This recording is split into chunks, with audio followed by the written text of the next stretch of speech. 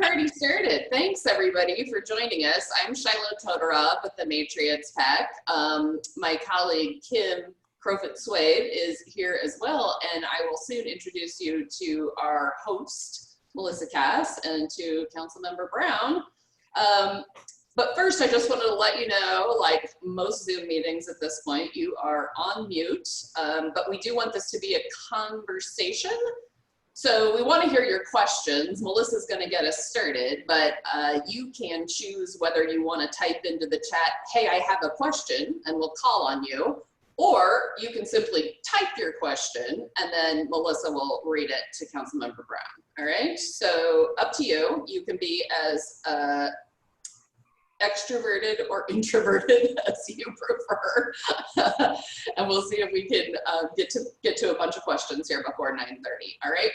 I know that a lot of members are on this morning, which is so exciting. Thank you for supporting women like Councilmember Brown, and like the 63 women that we announced on Saturday are members of our class of 2020. We're incredibly proud of that. And now we just have lots of work to do ahead. So thank you for being on the team that is helping us to support these women. If you are just checking out the Matriots for the first time, I just want to do a very brief introduction about who we are and what we do before I hand it over for the conversation. So the Matriots Pack was founded in 2017, and we are dedicated to electing more women to office in the state of Ohio.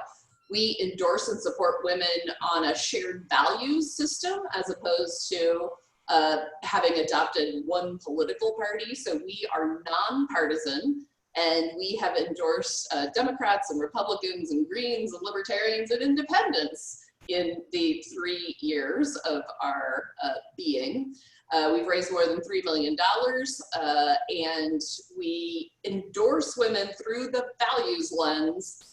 And we endorse from school board all the way to, I'm very hopeful about a 2022 female governor, because we endorse at the statewide level as well. But as you know, Ohio has never had a female governor. So we're working very hard to not only support first-time candidates, but keep incumbents in office, and to encourage women who might be on school board today to think about whether or not they'd like to be mayor of their town, or go to the state house, or even to the federal government at some point. So we really are about endorsing and encouraging and building power for women in office, with a bold goal by 2028 of 50% women serving in Ohio's elected offices. And there are 17,412 elected offices in Ohio. So we have some work to do. Without further ado, let me introduce one of our longtime Matriots, Melissa Cass, who lives here in Central Ohio. I know some of you are tuning in from across the state. And Melissa's going to take on the role of moderator this morning. Melissa, good morning. Good morning, Shiloh. Good morning, everyone. Thanks for having me. I'm so thrilled to get to do this. I told Liz I'd had the pleasure of meeting her dad a couple times, but now we've officially met via Zoom, so this is a huge treat. I became a member, gosh, kind of really at the beginning, when I met with Sharon Steele after the 2016 election. And, you know, that was kind of the wake-up call for me. As a mom, I had a daughter crawl into my bed that night and sob and just look at me and say, "Mom, how can this happen?" And I just said, you know, I don't know, but we're going to figure it out, because that's what we do. We figure it out. And I had no idea what that would look like. And I kept sitting with it and seeing things on Facebook, and all of a sudden the universe put Sharon Steele and I together. And that was like the aha light bulb moment. And okay, this is our path forward. It starts with women, and it starts with a grassroots initiative, and it starts with the offices that are in your local communities, and we go from there. And that's the promise we make to our kids. And we show them that every day in our homes. We show them that in the classrooms when we volunteer. We show them that with their friends when they're over at the house. And you know, I read a great book once called Half the Sky, and the premise is Why do you only use half your resources? Why on earth would you do that? And I love this initiative in that we need to put more women in office. We're disproportionately represented while we are the majority population in the state. And it's time. So I'm so grateful for this organization. I'm grateful for the leadership. They've done an amazing job. And we're so lucky to have people like Liz Brown in office who've done amazing things for women, the Family Leave Paid Act, all of her initiatives and her continued fight every day to make this a better place for not only us, but for our kids, our families, and the men that we drag along behind us. Just kidding. They're full partners. So without further ado, I would like to just introduce Liz and get this going. Great. So just as a check-in, tell me kind of where you are and how you're doing with, as Shiloh has eloquently put it, kind of this triple threat of pandemic, economic crisis, and the protests. How's it going? What's your approach and how are you feeling? Well, thank you for that question and for jumping right in. Before I do, I want to say thank you to the Matriots. And, you know, Melissa, you are someone that I'm just now meeting over Zoom, but that your name has always come across all these other cool women's initiatives that I get to be a part of as a council member. So your reputation precedes getting to meet you. And I thank you for this chance. And then also thank you to each of you for being engaged in the Matriots, because Melissa so beautifully articulated the importance of getting women into office. But I also see it as the importance of getting women involved in the political giving process. Women don't give at the same rates to political causes as men, and that matters for representation. And some of the disproportionate representation actually in office from women is in part because you know, we haven't done a good enough job culturally at involving women in the political process. And so just the act of being a Matriot member is owning our power in a very real way. I feel lucky to have been endorsed, grateful to have been endorsed and benefited from that. But I really want to thank each of you for your engagement, and Melissa for being a founding member. To your question though, so this is a unique time to serve in public office. And, you know, when the pandemic hit, I did a lot of reflection about sort of what the moment required of all of us in office to do. Urgency, not a lot of time to think, but it, you know, and immediately the workload really blew up. The pandemic has exposed many problems that existed in our culture before now. Right? The disparate effect of the pandemic on communities of color. And we look right, it's not just the national numbers, we look right here in Franklin County, and African Americans and Latinx people are experiencing higher rates of hospitalizations and severe illness onset than white populations. And in many ways, that was the foundation of the protest movement that has started. The fact that we're in this moment where racial disparities just felt extra vulnerable across our society, I think is part of why you saw the murder of George Floyd really ignite the movement in the way that it has. When the protest started, I have to tell you, of course it has been really busy, right? Just handling the amount of policy change that we're looking at now. But for any of you who are thinking about running for office, in moments of crises, while we are overwhelmed, it is empowering to be able to serve. Because I look around and I want to do something to impact the world and the problems that people are banding together and screaming to be heard about.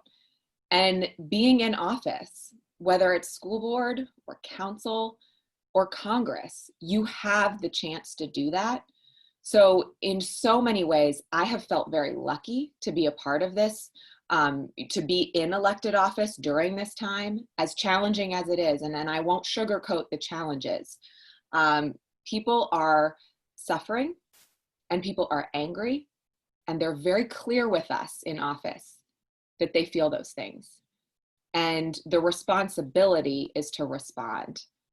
So we've taken, just on the protest movement and the civil rights movement that we are in right now. 2020 is a year, my children are 4 and 2. 2020 is a year they will learn about in school. They better, right? The history books better start telling some accurate history. They will learn about it in school, and they will learn about it at home, because it's up to all of us to be in this fight together. And so I feel very lucky that in this moment I have a platform to be able to work on police reform issues, which, the protest movement overall, the civil rights moment and movement overall calls on all elected officials. But serving at the city level is a unique window into change, because the direct call from these protests have been about police reform. I hope that answers the question, Melissa. I know I went on a bit. No, that's an incredibly thorough and helpful answer. And I think you hit on a couple things. It's almost as if this was the perfect storm in terms of where we are in this civil moment, right? I mean, people have been home, they can watch these things on TV, they're feeling left out, they're feeling like they want to do something. And so they have the time and the ability, and we mask up and we go out into the streets and we march and we protest. And I think if there's a silver lining in any of this, it has exposed the inequities and the very problems that a lot of us have been saying need to be addressed and fixed. But then given the opportunity for everyone to sort of band together and feel like we are in this moment together. And you're right, there is this sort of hunger to take action, to do something, right? And so your platform has been amazing. And the fact that you've highlighted the local offices truly matter. In the past, I think we've been able to kind of just slough off, well, right, who serves on your city council? It's fine, who knows? Who serves on your school board? It's fine, do they really do that much? Turns out, well, yes, heck, they do a lot. And it matters who's on there. So I appreciate all of that and what you're doing. Have you had any time to read anything? Are you reading anything relative to this moment in all your spare time? I know. So I have a sheepish answer to that question. So I love novels. That's part of how I unplug and try to regain humanity after a busy day. And I was running for office last year, so very busy, didn't have a lot of time for novels. And I make, instead of New Year's resolutions on election years, I make post-election resolutions. So I made a resolution to read more novels, and I was doing great before the pandemic hit. I was reading like 2 books a month, which for me, a book every 2 weeks is very good. That's huge. Yes. And a 2-year-old girlfriend. Yes, That's awesome. I was very proud of myself. And it was actually really good for my soul. And then when the pandemic hit, I don't know how many of you had this similar experience, but I lost my attention span when the pandemic hit and like the stay-at-home order started. It's just, there was overload at home with 2 kids at home and also working. But then there was the constant news feed, right? This happens, then this your phone's alerting you of this, and I have to stay on top of it. These aren't things that I can just set aside. So all of that took a real nosedive. And then, but I really got serious about digging into racial justice books when the protest movement began. So I have 2 that are in circulation on my nightstand, fiction and nonfiction. Fiction is Water Dancer by Ta-Nehisi Coates. I don't know how many of you have read it. He's an essayist, but he's a brilliant writer, and it's a really beautiful book. And then for nonfiction, Getting Around Brown. I don't know how many of you read Getting Around Brown, and it's embarrassing that I can't remember the author, but it's a nonfiction book about how communities responded to the Brown versus Board of Education Supreme Court decision, and in many ways how white communities still got around the orders to integrate. And they use as their example Columbus, Ohio. That's what they really dig into, and so it's been really fascinating. It's been very slow through both of these books because I just feel I don't have as much time and attention span as I'd like. But I would encourage those of you who are trying to understand the racial justice work that needs to be done in our community. The urgent call is for police reform. And I look at transformation in policing in our communities as one symptom of racial injustice and white supremacy that has existed since America's founding. And it is a symptom that we have to attack quickly and urgently, because as we know, lives are on the line. The psychological health of our communities is on the line, but there are also other institutions that demonstrate the inequality and inequity that's out there. And I do think that the way that schools are still largely segregated is part of that. So I'm trying to learn more so that I know what I'm talking about on calls like this, but then also in policy making. Well, it seems like you're doing a great job because you've championed bringing down the Columbus statue, demilitarizing the police, and police training reform. So those are all in line with exactly what you're talking about. What kind of response do you think you're getting from the residents of the city, your fellow council members? What's the pulse? Your fingers on it. Tell us what it is. So we are getting an enormous response. I don't know how many of you saw last week. I convened a hearing of council. I chair our finance committee, so that's our budget committee. And much of the calls for reform in policing are about the practices of use of force, training, all those things. But they're also about budgeting and sort of how we prioritize what safety means in communities, right?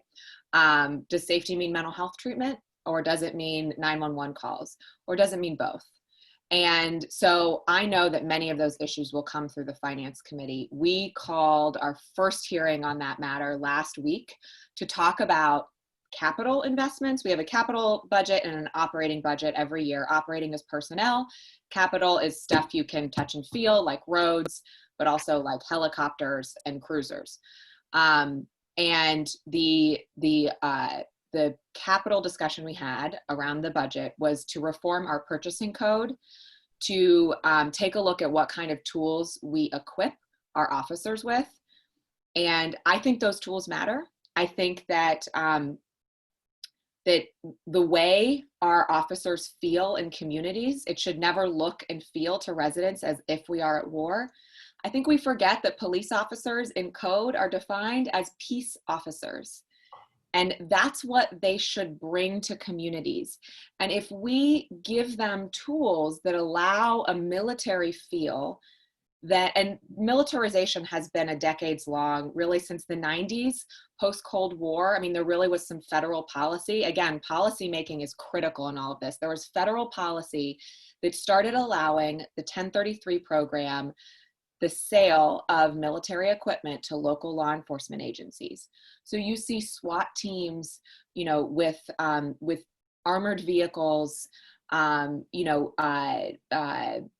M16s, things like that from the federal government, equipping often small cities that don't need these things.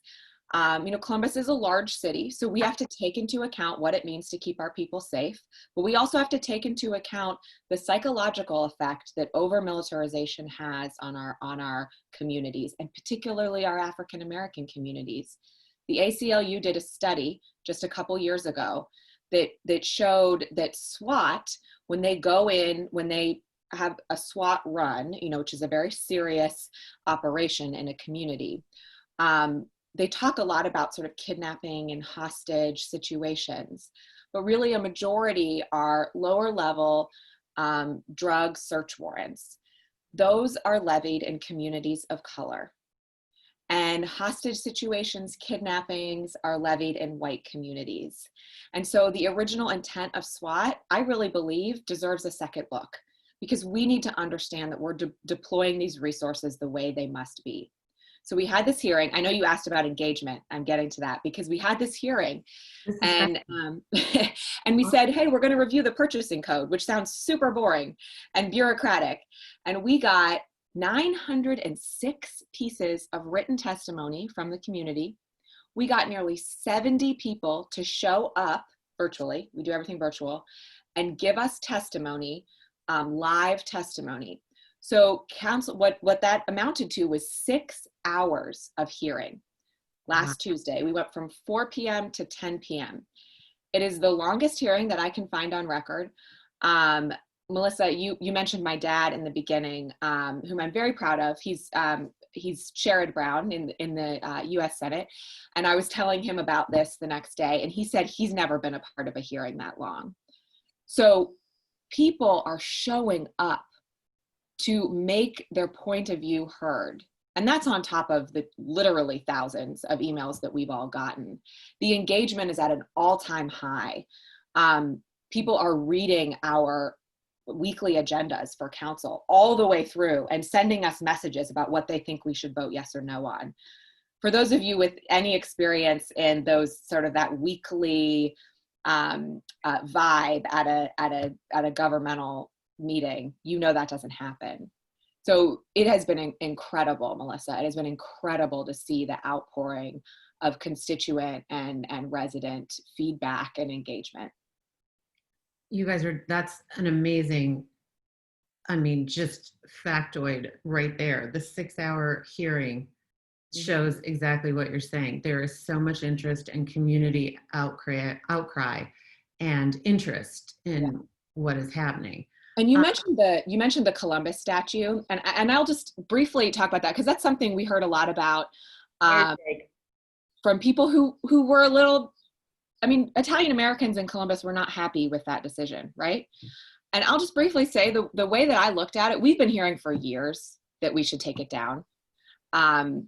We have. I mean, it's not something that's on the list of Black Lives Matter organizers have like a list of demands. It is not on that list, and we fully recognize that.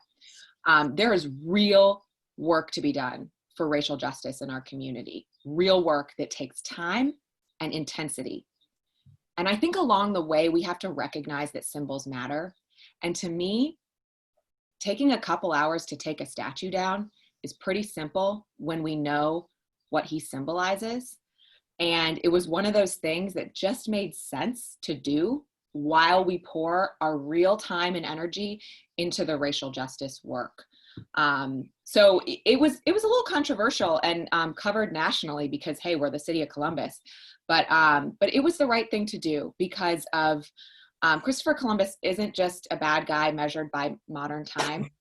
I mean, he was jailed by the Spanish government for his treatment of indigenous people. So he was kind of a bad guy by his own times too. And there's a whole backstory to why we ever celebrated him in the first place, which I won't get into, but wanted to clarify that because you touched on it. Well, I appreciate that. And I certainly was a big fan of that happening. So I appreciate everyone taking a bold step and doing what is right? It's like we tell our kids, the right thing isn't always the easy thing. And that's sometimes how you know it's the right thing. Yep. So as you touched on policy and there's all these live testimonies that were happening as it related to your reform and reviewing the purchasing power, Franklin County, the prosecutor, Ron O'Brien, has a fairly dismal record on prosecuting Columbus police officers for misconduct, excessive force, etc. As in his record is 0 over his 25-year tenure. What policy could be focused on holding officers accountable, and how do we help not just reform officer training, but some of then the legal arms of this and where that goes, and how do we help hold those people accountable other than at the ballot box, which is obviously a great start, but we need a little bit more help than that. Yeah, absolutely. And I see Judge Jameson is on, and she understands the legal system, and it's critical. Any of these issues we're talking about only go so far from a policymaking standpoint. The role of the courts and the judiciary, and at all levels, the role of the courts is absolutely critical to racial justice. And I mean, Judge Jameson, sorry for the call out, but having women in office, having African-American women in office making these calls as judges. I mean, you don't make every call, I get that. But it's important. Representation matters. And commitment to the community matters, to making the right decision, to understanding the full power and scope of the justice system. So thank you for what you do on the bench. And I can't say what you fight for on the bench, because I know there's all these rules about, but your perspective is critical. But to your question, Melissa, so Ron O'Brien does hold authority when it comes to prosecuting these decisions. On officer fatalities, not misconduct, but shootings when officers use lethal force. So that's where I think the city can make some real reforms, is that everything that's misconduct, right, that leads up to a fatal shooting is in the purview of the city and the contract, the collective bargaining contract that we have with the police union. It starts to get a little complicated here, because the way state labor law works is that they have basic principles that belong in every union contract. Wages, safe working conditions basically are the primary ones. And over the life of a contract, it takes on its own life form. And if at any point the management and labor have negotiated a certain right, that right is enshrined, even if state law doesn't enumerate it, and it has to be taken up at the bargaining table. So at some point, I don't even know when, decades ago, the police union got into the contract that there will be no civilian review board here in Columbus. A lot of other police contracts were silent on civilian review boards, so it was fully in the purview of the legislative body or the executive body to just put it into place. Our situation, I don't know how that happened, but because it happened, it is much harder for us to get that civilian review board. But we have pledged to do it. The union knows it is a high priority of the mayor, who's the one who bargains the contract. And that review board is critically important because we can decide its purview. There are review boards that don't have a lot of teeth, and there are review boards that do. So can they review? Can citizens bring complaints? I mean, there are all these little details of citizens bringing complaints, whether it has subpoena power. I saw Judge Jameson just commented. Also, I see that Ms. Stroud corrected me. Gregory Jacobs is the author of Getting Around Brown. Thank you. But, will it have subpoena power? Can citizens bring direct complaints? Can it deal with misconduct across the board, not just investigative power when it comes to a fatality? I believe being able to deal with misconduct across the board is really important. Additionally, on the misconduct piece, there are a lot of protections in all union contracts for workers' ability to get disciplinary actions eventually wiped from their personnel file. And that is a standard thing across union contracts. It's not unique to the police.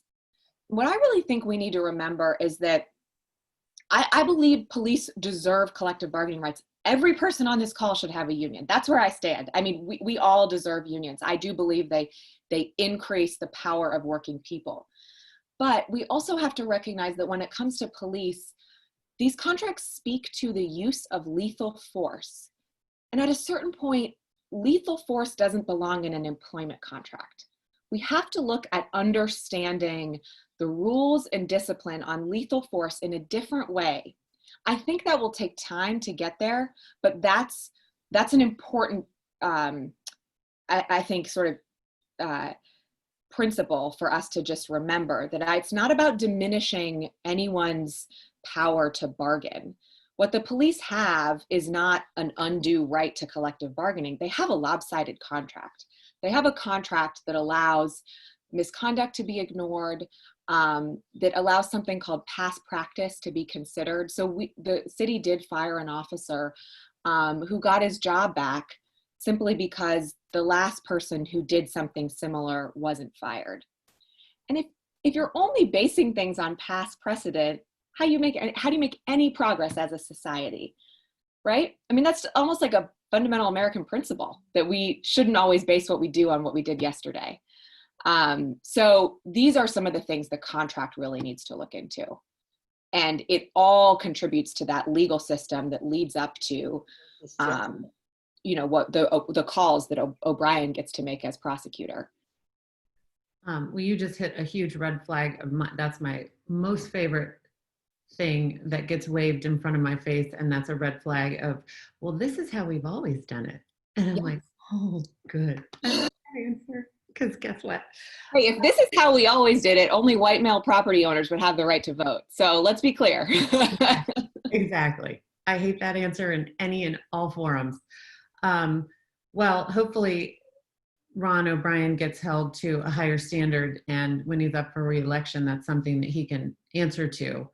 And in terms of those review boards, is that a citizen situation? Is it part of the city council or the police department, or what does the makeup look like of those review boards?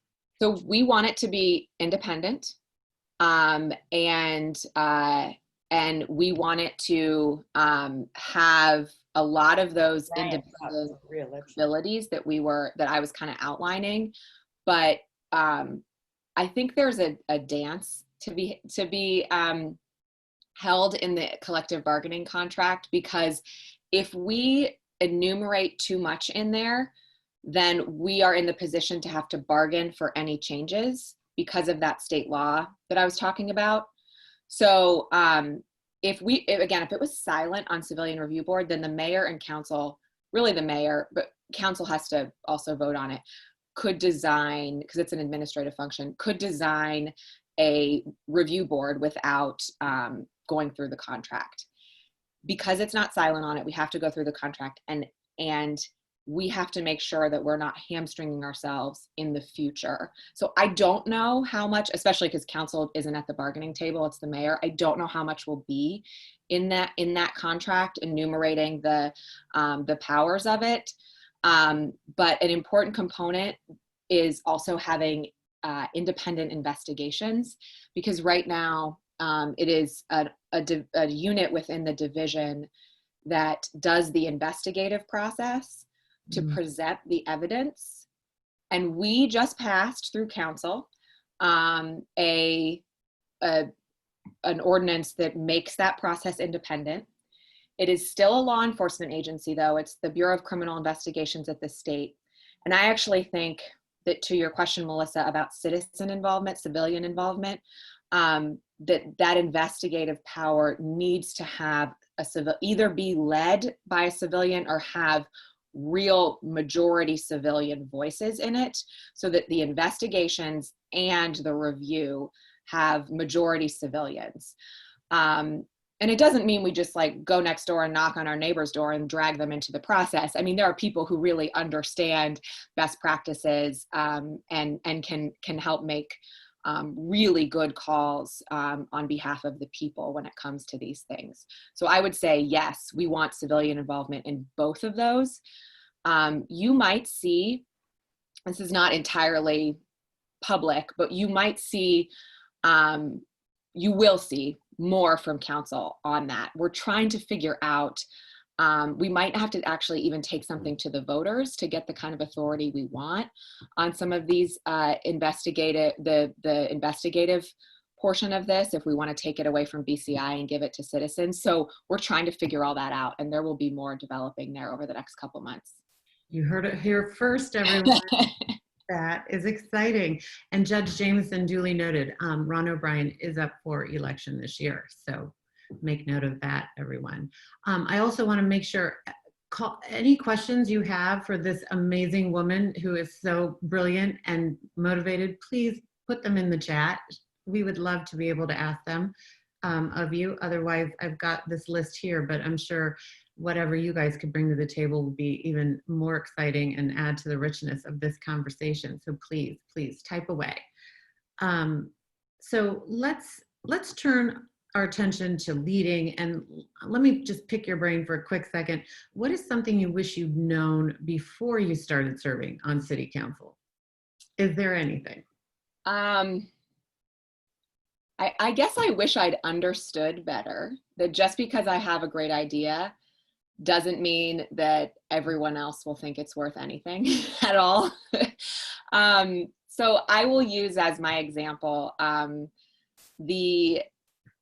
so when I ran for office, I was working for the city. I found out I was pregnant with my daughter, my first child. And I found out we didn't have a paid family leave benefit at the city.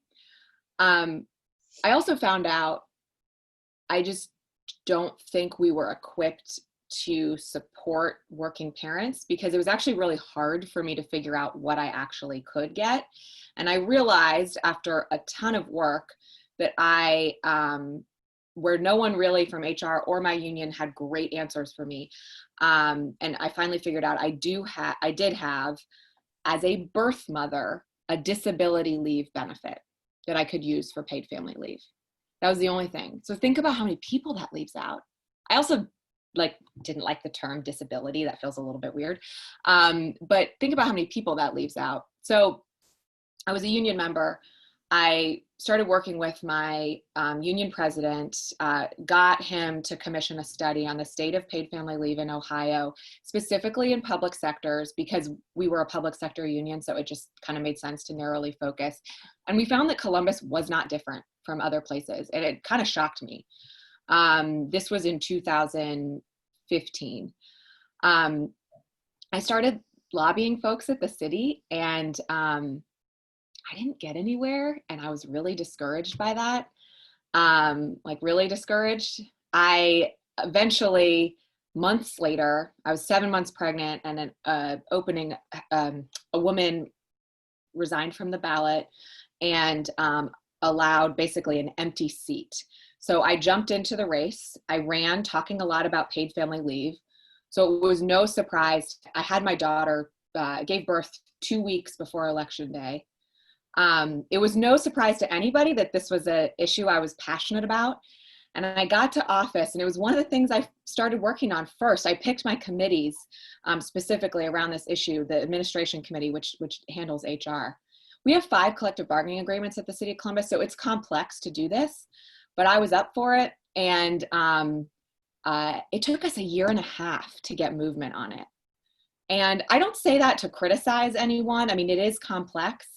But I will tell you, I thought it was such a no-brainer issue, and I thought I was wearing like a sign on my forehead that said, I'm going to pass paid family leave.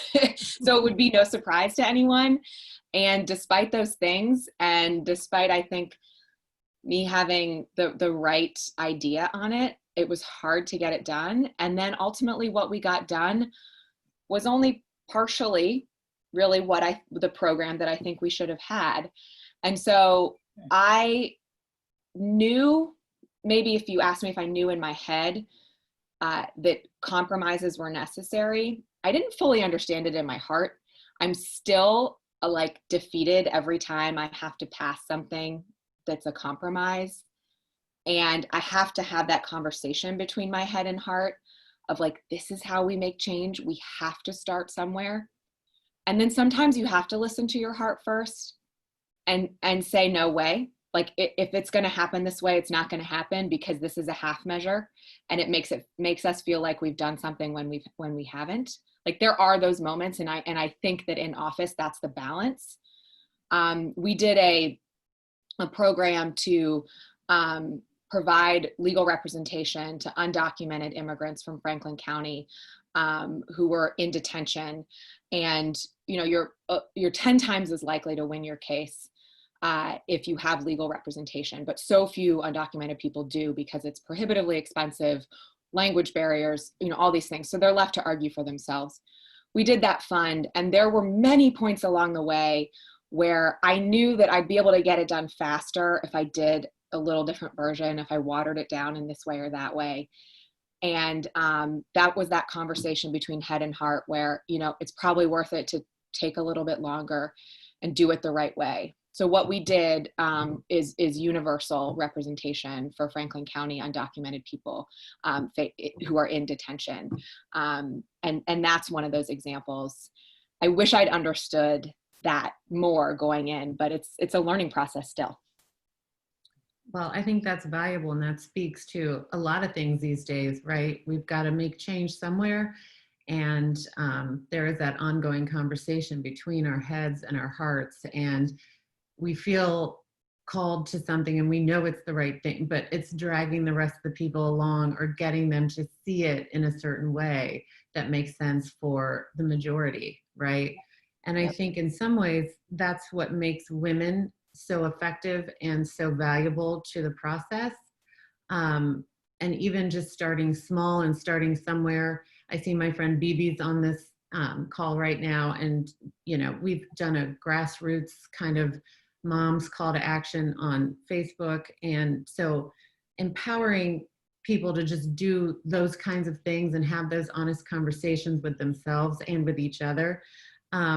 Do you think that's kind of the way women lead in general and write policy and talk to constituents that helps give them an advantage and our communities benefit from that? Yeah, you know, I do. And I think that, I mean, the more that I work with different office holders, there's not one leadership style that women have or one leadership style that men have. But what I've come to understand deeply firsthand is just how important representation is. So that no matter what style a woman leads with, the fact that she is a woman and has had experiences being a woman is critically important to how she leads and what she prioritizes. So we were told at the founding of this country that we were a representative democracy. And the fact of the matter is, we're still not. We still don't have enough women in office. We still don't have enough African-American women in office, immigrant women in office, Latinx women in office, you name it. We are still struggling to make good on that promise that our founders made, that we will be a representative democracy. I think about one of my favorite poems when I think about this question, which is, or actually when I think about a lot of questions, it's a Langston Hughes poem, and Oh, Let America Be America, I believe is the title, but it's the second to last stanza. And he says, America never was America to me, and yet I swear this oath, America will be. I find so much beauty and power in that. You know, that first line, first of all, America never was America to me, to Langston, not me, to Langston Hughes, right? And I mean, think about this celebrated artist who was told he was free, but treated very differently from that. And he says, America never was America to me. And yet the very next line he says, and yet I swear this oath, America will be. And that's the power and agency we all have. So it's, to me, one of the most inspiring stanzas in American poetry. That's beautiful. I really enjoyed that. That's one I'm going to take with me for a while. That's like a namaste moment right there. For sure. Judge Jameson has another great question. Is the city going to bring back the restoration program for re-entering citizens? That is a great question. The program, as you know, is at Alvis now, that we help fund Alvis's efforts instead of doing it internally. They just had their graduation of that program a couple weeks ago, and they had great success with it. So I don't know yet how we will kind of measure how that's working and whether we need to bring it back in-house. And actually, I'd love your perspective on it, Judge, on the sort of new formation of it at Alvis. For everyone else to know what the judge is talking about, Restoration Academy was a program started by Mayor Coleman that specifically, it was like an apprenticeship program for any kind of career for returning citizens, people who were formerly incarcerated. And it helped them get job skills. And then at the end of it, had a really successful job placement rate. Not 100%, but really close. The program was in-house, run by the city, and it's now run by Alvis. And they had really good success in their first class. Again, Judge would love to talk to you more about that. But we've got to do more when it comes to supporting formerly incarcerated people. I worked on a program, again, through these wonky finance rules we have, and it's called pre-qualification for bids for contracts that the city gives out, to basically add a component that gives companies extra points if they have hired and commit to hiring formerly incarcerated people. So just to kind of use our purse strings as another leverage, because a lot of times businesses don't understand that someone who's returning from incarceration will be your best employee. They have so much motivation to do this right. And again, I think it's a pretty fundamental American principle, giving, second chances. And over and over again, we hear success stories from businesses who've hired formerly incarcerated people through one of our programs. And there's an incredible community of people in our city who really fight for restored citizens. So I appreciate the question, Judge. We've got more to do there. And in this changing economy, I'm still wrapping my head around all the ways that COVID is changing us and changing Central Ohio. Pre-COVID, we had one of the lowest unemployment rates of any large city. We always had a lower unemployment rate than the state and country, hovered right around 4%. That's a lot of economists call that full employment. So our problem was not unemployment, it was underemployment. It was the fact that when you went to certain neighborhoods, you had unemployment rates of 15%, 20%. Many of those neighborhoods also were where formerly incarcerated people lived, and that was, part of when you peeled back that number, some of the barriers. Or you had underemployment where people just couldn't make enough. They were employed, but they couldn't make enough to support their family. And as we've seen our unemployment rate rise, and it is, going back and forth. I'm getting my charger out because my computer is telling me it's going to die. Sorry, I'll talk while I do this. So we have to recalibrate how we treat the problems of and underemployment in our city. And I have no answers on it yet because we're still learning so much in the middle of this crisis. Okay, we have one last question. Carl is asking, how does Columbus have representative democracy at council level without having ward representation? We get that question a lot, and I certainly understand that. Council did do, or the mayor appointed a commission to review structure on city council, and I think it was 3 or 4 years ago. And out of that, we put on the ballot an initiative to change the structure of council. That passed. And that means in 2023, there will be 2 additional council positions on the ballot. And council will be structured in a by-place format. So we'll run for districts instead of just the typical way that when you go in, you see a list of 8 and you pick 4 of them.